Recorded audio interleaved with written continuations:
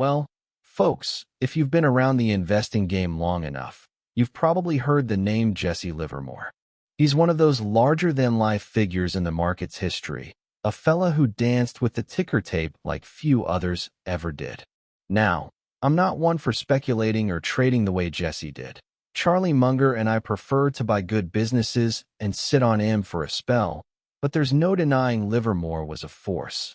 His story's got lessons for anyone who's ever thought about putting $1 in the market, whether you're running a lemonade stand or a billion-dollar portfolio. Let's take a walk through Jesse's life, his triumphs, his troubles, and what we can learn from a man who played the game at its highest stakes. First off, let me say this. Jesse Livermore was a trader, not an investor. That's an important distinction. At Berkshire Hathaway, we're in the business of buying companies we understand, with strong economics, and holding them for the long haul. Jesse, well, he was more like a gunslinger in the Wild West of Wall Street. He'd ride into the market, take his shots, and ride out with profits or losses before the dust settled. Born in 1877, he started young, sneaking into bucket shops as a teenager to bet on stock prices. Those bucket shops were shady operations, not unlike betting parlors, but they gave Jesse his first taste of the market's pulse. By the time he was in his 20s, he was making and losing fortunes faster than most folks could count. Now, I've always said the stock market is a device for transferring money from the impatient to the patient. Jesse, bless his heart, was anything but patient. He had a knack for reading the tape, those old ticker machines that spat out stock prices like a telegraph from the market soul. He'd study the patterns, the way prices moved, and he'd try to get ahead of the crowd. In his day, there wasn't much in the way of financial statements or 10Ks to pore over. You had to feel the market, sense its mood swings. And Jesse? He was a master at that. He could smell a trend coming the way a farmer smells rain. One of Jesse's biggest moments came in 1907, during a market panic. He shorted the market, betting stocks would fall, and made a fortune, something like $3 million, which was a king's ransom back then.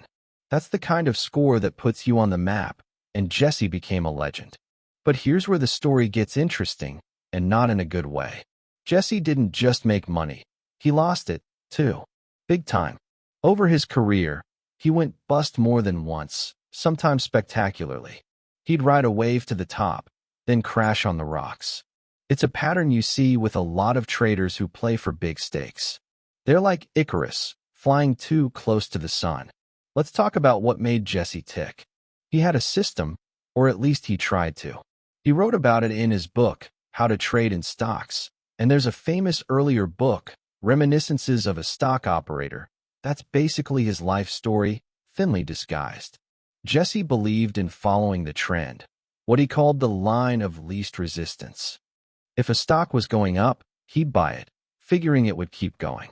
If it was falling, he'd short it. Sounds simple, but it's harder than it looks. The market's a tricky beast, and it doesn't always do what you expect. Jesse also had rules about cutting losses quick and letting winners run. Good advice, no question. But here's the rub. Even Jesse couldn't always follow his own rules. That's a lesson I've learned over the years, and it's one Charlie and I talk about a lot. Knowing what to do is one thing. Doing it is another. The market's like a mirror. It shows you your own flaws. If you're greedy, it'll amplify your greed. If you're scared, it'll make you panic. Jesse was brilliant, but he wasn't immune to those human failings. He'd get cocky after a big win, or he'd let a loss fester longer than he should. It's not enough to have a system. You've got to have the discipline to stick to it, day in and day out. That's why at Berkshire, we try to keep things simple. Buy businesses you'd be happy to own for 10 years, and don't worry about the daily wiggles in the stock price. It's not sexy, but it works. Now, let's talk about Jesse's big moment, the 1929 crash. This is the one folks still talk about. Jesse saw it coming, or at least he positioned himself for it. He shorted the market as stocks started to wobble, and when the bottom fell out in October, he made a fortune, $100 million, they say, which is like billions today. Can you imagine? That's the kind of money that buys you a seat at any table. But here's the thing. Even that one didn't bring Jesse peace. He was a restless soul, always chasing the next trade, the next big score. And not long after, he lost most of that fortune. By the 1930s, he was broke again, and in 1940, he took his own life. It's a tragic end for a man who'd scaled the heights of Wall Street. What can we learn from that? Well, for one thing, money doesn't solve everything. I've said it before, the only thing money buys you is freedom from worrying about money. If you're not happy with $1 million, you won't be happy with $1 billion. Jesse's story reminds us that the market isn't just about numbers. It's about psychology, about handling your emotions. He was a genius at reading the tape, but he struggled to read himself.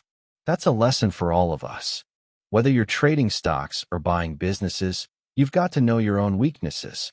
Charlie's always telling me, Warren, the first rule is don't lose money, and the second rule is don't forget the first rule.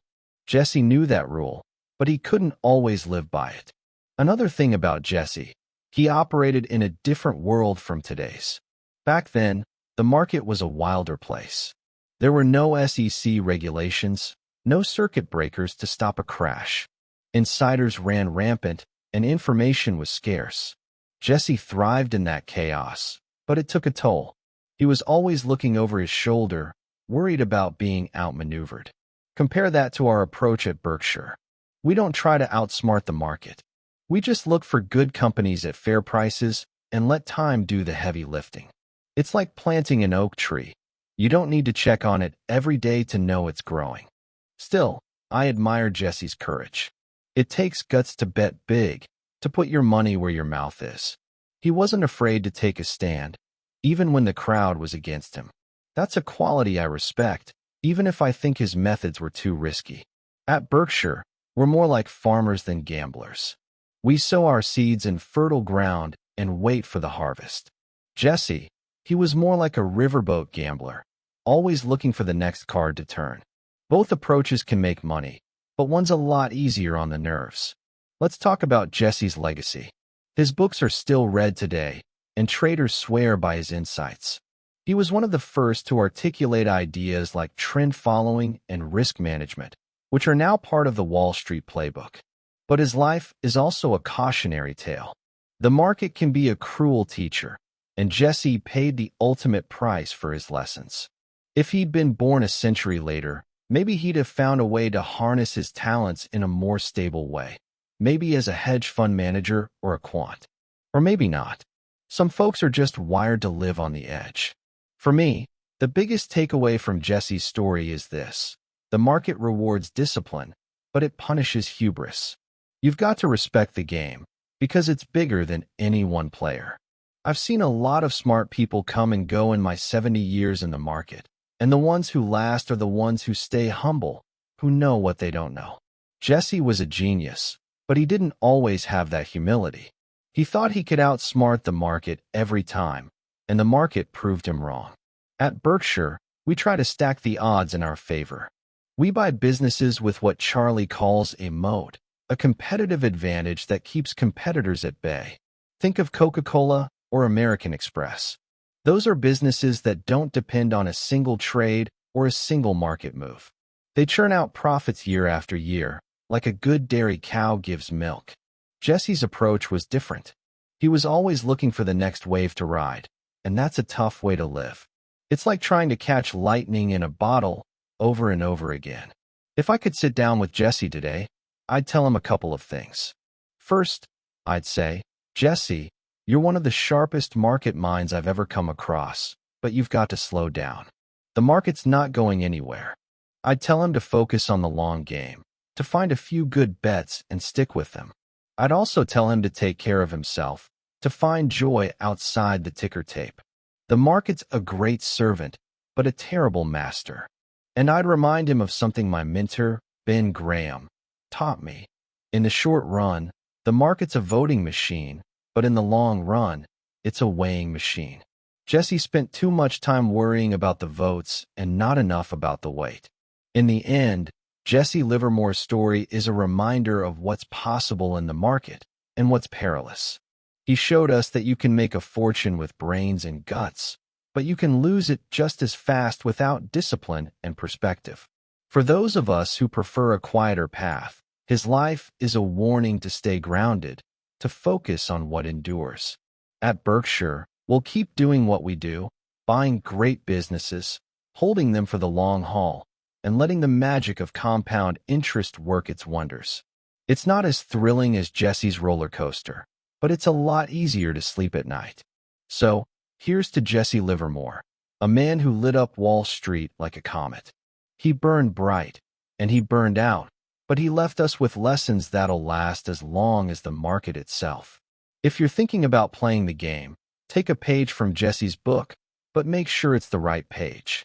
Stick to your knitting, know your circle of competence, and don't let the market run your life. That's the Berkshire way, and it's served us pretty well so far.